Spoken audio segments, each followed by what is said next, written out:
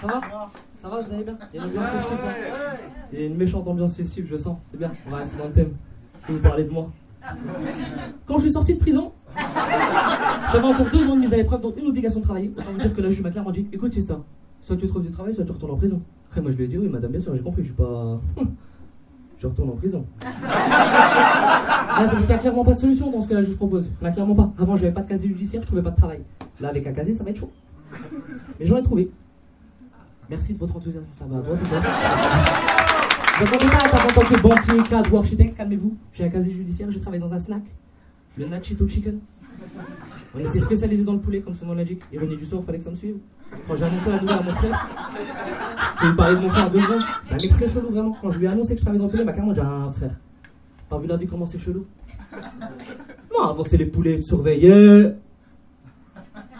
Maintenant c'est toi, tu vas les surveiller. Quelque part, Ribéry a raison. La retourne, elle va tourner. Là, elle a tourné. J'étais donc caissier. J'avais peur de m'ennuyer vraiment. J'ai vite compris que c'était mieux que Netflix. Large. J'avais des clients complètement chelous. La dernière fois, j'ai eu un mec, il est rentré dans le snack, il m'a dit avec une gentillesse planante: oh! Le fish, c'est du poisson? Ouais. Ouais, bah vas-y, mets-moi panini steak. Il te reste du coca? Ouais, bah vas-y, mets-moi un orangina. Il te reste des tiramisu? Ouais, mais je vais te mettre un Snickers. Non, tu vas me mettre un tiramisu? Finalement, les plans, c'est parce qu'il veut dire à la fin. En fait, tu prends les chicken resto? Non? Ah bah, nul. La dernière fois, j'ai eu un mec, je l'ai jamais vu de ma vie. Il m'a jamais vu de sa vie. On s'est jamais vu. Il n'y a pas de suspense. On ne se connaît pas. Il est rentré dans le snack, il m'a fait ça.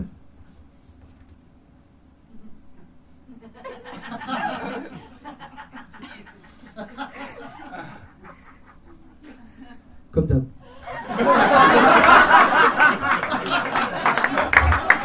Je n'ai plus, frère, désolé, je viens de vendre le dernier, t'es arrivé trop tard. Bien sûr, je vois ces trucs, mesdames et messieurs, je vous dis qu'il y a des cons qui viennent au snack, il y en a pas mal qui appellent. Nachito Chicken, bonsoir, que puis-je faire pour vous? Oui, bonsoir, excusez-moi de vous déranger, j'aurais une petite question à vous poser. Oui, je vous écoute. C'est ouvert? Non, c'est un crash test, là, au revoir.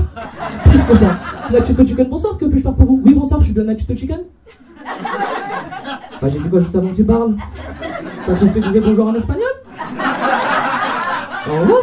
Qu'est-ce que ça, celui-là, c'est le meilleur. Nachito Chicken, bonsoir, que puis-je faire pour vous? Ouais, salam alaikum, Karim, il est là. C'est un snack, il faut commander à manger, pas des gens. C'est vu. Comme quoi, je vois ces trucs, mesdames et messieurs. Je vous dis qu'il y a que des cons qui viennent au snack, il y a que des cons qui appellent faux. Il y a pas mal de connes aussi. De quel genre de que je parle? Samedi soir à 16 dans une... Attends, tu dis... attends, tu vas comprendre. Samedi soir à 16 dans une Twingo. Brushing des sapés parfumés, t'as laissé en main. Elle rentre pas dans le snack, elle glisse. Ça sent la sortie en boîte de nuit juste après le plein. Elles sont en compagnie de Philippe. Lui-même il est plein, sinon il n'y a pas de sortie après. T'as compris quel genre de coup c'était?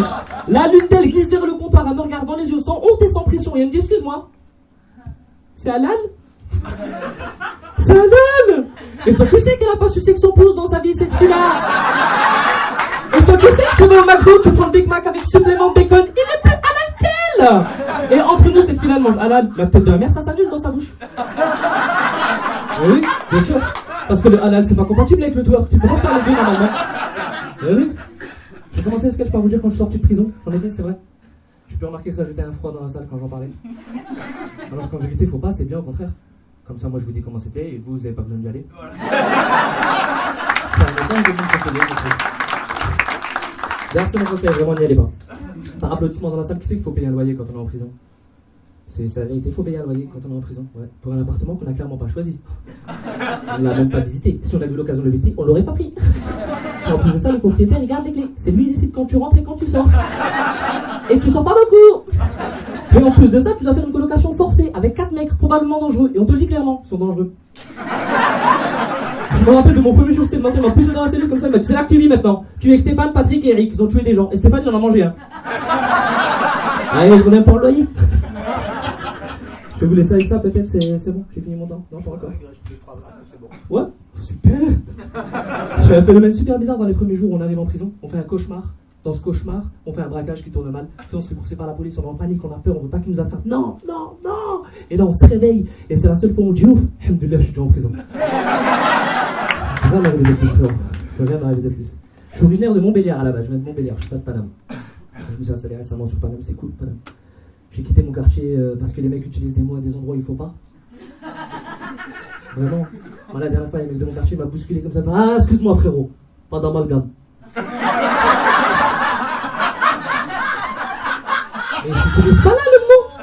Ah ouais, il s'utilise pas là. Moi, je suis un peu laxatif sur ce que tu dis, frérot. Vraiment très chelou. Si vous vous demandez pourquoi je vais de la tôle, ils en sont particulièrement responsables. Vraiment.